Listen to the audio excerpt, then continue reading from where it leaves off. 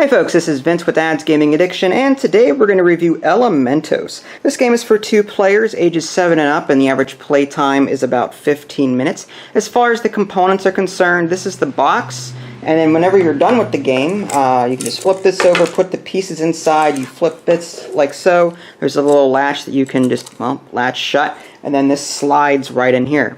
Of course, the pieces in the instruction manual goes with it, but you know, you get the idea. So let's go ahead and open this back up.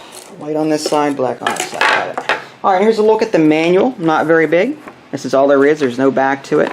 So again, very simple to play. And the object of the game, each player has a wand. One side is white, one side is black. But each player has a wand that they're going to fit into one of these pieces here. And the object is to get your wand piece over to the other side of the board, and the first player to do that will win the game. So to set up the game, what you're going to do is you're going to take your 9 pieces and put them on your 9 starting squares here. Now they're two-sided. There's elements on each side. There's 3 elements in the game. There's water, fire, and there's water, fire, and trees, or wood. And basically, there's a rock, paper, scissors effect with that. Like, for example, fire beats the wood here, whereas water will beat the fire, and the trees will beat the water. So there's, again, a rock, paper, scissors relationship to that. So let's go ahead and put some down like this. And it doesn't matter which ones you have or what side they're on. The game recommends that you have 3 elements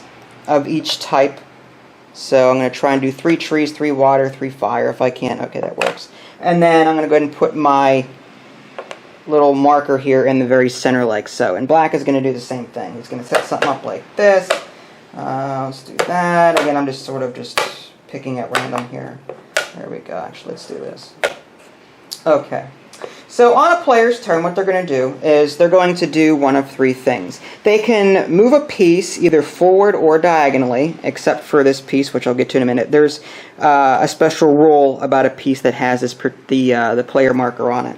And again, you're trying to get this piece over to the other side of the board. Now, again, you can do one of 3 things on your turn. You can take a piece that does not have this marker on it. You can either move it forward or move it diagonally, never backward. So you can do something like this, or you can do something like that, and so on. Another thing you can do on your turn is you can move your marker here to an adjacent space, so as long as it's not backwards. So this white marker here could go here, here, here, here, or here. So you can switch elements if you want to.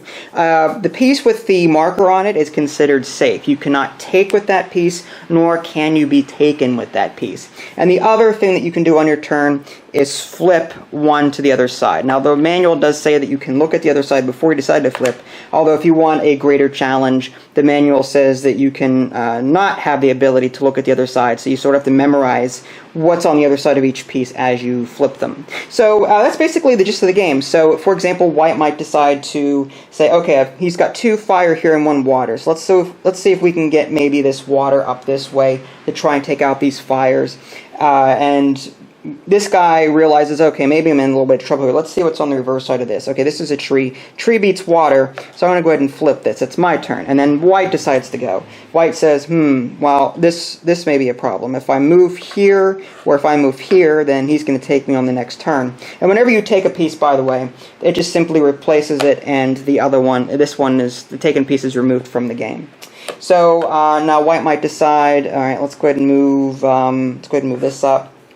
And then, let's see, he knows that moving here would be a bad idea, so maybe he'll move fire up this way, threatening green here. Now, threatening the wood piece here, so he could maybe flip this to the other side to prevent from being taken. Or he might decide, let him have that, and then I'll take him back with the water piece if he decides to take me there. So maybe white will decide, all right, let's go ahead and just start moving my guy up here. So we might decide to move this up like so. And whenever you move this piece, it can only move forward.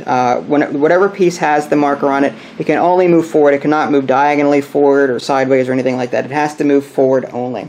And again, your goal is to get this over here, and likewise this guy over here for black. Alright, so there you go. That's a very rough and dirty look at Elementos, and for the most part I covered everything in the manual. Like I said, it's not very long at all. This is a very quick and simple 2-player game, but there's also some strategy to it. It reminds me a little bit of Battle Beasts from way back in the day. I don't know if any of you are young enough to remember Battle Beasts, but they were these little rubber figurines, and each one had an element, either fire, water, or wood.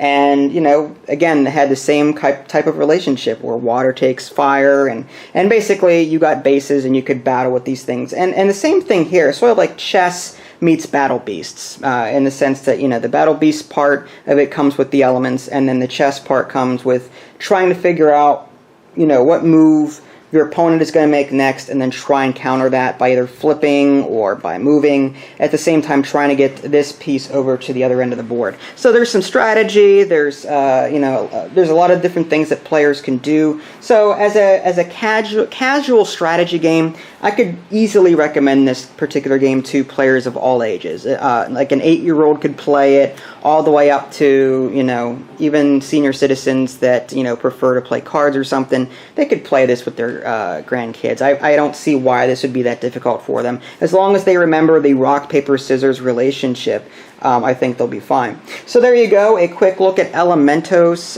Definitely recommend for me. If you guys haven't already, subscribe to my YouTube channel and check out my official website, www.dadsgamingaddiction.com. This is Vince, thanks for watching, and I'll catch you next time.